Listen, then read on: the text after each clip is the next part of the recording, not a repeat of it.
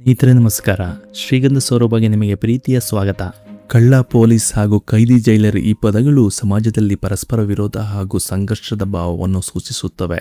ಆದರೆ ಜೈಲಿನ ಮೇಲ್ವಿಚಾರಕರಾದ ಜೈಲರ್ ಅವರೇ ಕೈದಿಯನ್ನು ಪ್ರೀತಿಸಿ ಮದುವೆಯಾದರೆ ಇದು ಯಾವುದೋ ಸಿನಿಮಾದ ಕಥೆಯಲ್ಲ ಹಾಗೂ ಕಾದಂಬರಿಯೂ ಅಲ್ಲ, ನಿಜ ಜೀವನದಲ್ಲಿ ನಡೆದ ನೈಜ ಘಟನೆ. ಹೌದು ಸ್ನೇಹಿತರೆ, ಮಧ್ಯಪ್ರದೇಶದ ಸತ್ನಾದಲ್ಲಿರುವ ಜೈಲಿನ ಸಹಾಯಕ ಜೈಲರಾದ ಫಿರೋಜ್ ಖಾತೂನ್ ಎಂಬುವವರು ಅದೇ ಜೈಲಿನ ಕೈದಿಯಾಗಿದ್ದ ಕೊಲೆ ಆರೋಪದ ಮೇಲೆ ಶಿಕ್ಷೆ ಅನುಭವಿಸುತ್ತಿದ್ದ ಧರ್ಮೇಂದ್ರ ಸಿಂಗ್ ಎಂಬುವವರನ್ನು ಪ್ರೀತಿಸಿ ವಿವಾಹವಾಗಿದ್ದಾರೆ.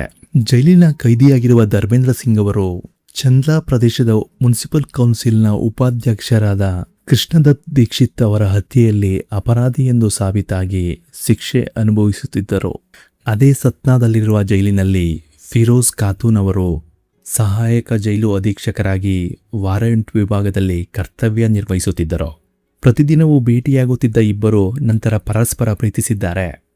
ಇತ್ತೀಚೆಗೆ ಧರ್ಮೇಂದ್ರ ಸಿಂಗ್ ಅವರ ಜೈಲಿನ ಶಿಕ್ಷೆಯ ಅವಧಿಯು 14 ವರ್ಷಗಳನ್ನು ಪೂರೈಸಿದ್ದು, ಅವರನ್ನು ಸನ್ನಡತೆಯ ಆಧಾರದ ಮೇಲೆ ಜೈಲಿನಿಂದ ಬಿಡುಗಡೆ ಮಾಡಲಾಗಿತ್ತು.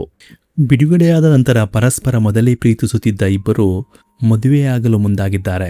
ಫಿರೋಜ್ ಖಾತೂನ್ ಅವರ ಮನೆಯಲ್ಲಿ ವಿವಾಹಕ್ಕೆ ವಿರೋಧ ವ್ಯಕ್ತಪಡಿಸಿದ್ದರಾದರೂ ಈ ಇಬ್ಬರು ಪ್ರೇಮಿಗಳು ಆತ್ಮೀಯರ ಉಪಸ್ಥಿತಿಯಲ್ಲಿ ಸಾಂಪ್ರದಾಯಿಕವಾಗಿ ವಿವಾಹವಾಗಿದ್ದಾರೆ. ಈ ವಿವಾಹವು ನಿಷ್ಕಲ್ಮಶವಾದ ಪ್ರೀತಿಯು ಜಾತಿ, ಧರ್ಮ, ಅಂತಸ್ತುಗಳಿಗಿಂತ ಮೀರಿದ್ದು ಎಂಬುದನ್ನು ಸಾಬೀತುಪಡಿಸಿದೆ. ಈ ವಿಡಿಯೋ ನಿಮಗೆ ಇಷ್ಟವಾಗಿದ್ದಲ್ಲಿ ಲೈಕ್ ಮಾಡಿ, ನಿಮ್ಮ ಅಭಿಪ್ರಾಯವನ್ನು ಕಾಮೆಂಟ್ ಮಾಡಿ, ಹಾಗೆಯೇ ಶ್ರೀಗಂಧ ಸೌರಭ ಚಾನಲನ್ನು ಸಬ್ಸ್ಕ್ರೈಬ್ ಮಾಡಿ ಪ್ರೋತ್ಸಾಹಿಸಿ. ಮುಂದಿನ ವಿಡಿಯೋದೊಂದಿಗೆ ಭೇಟಿಯಾಗೋಣ. ನಮಸ್ಕಾರ.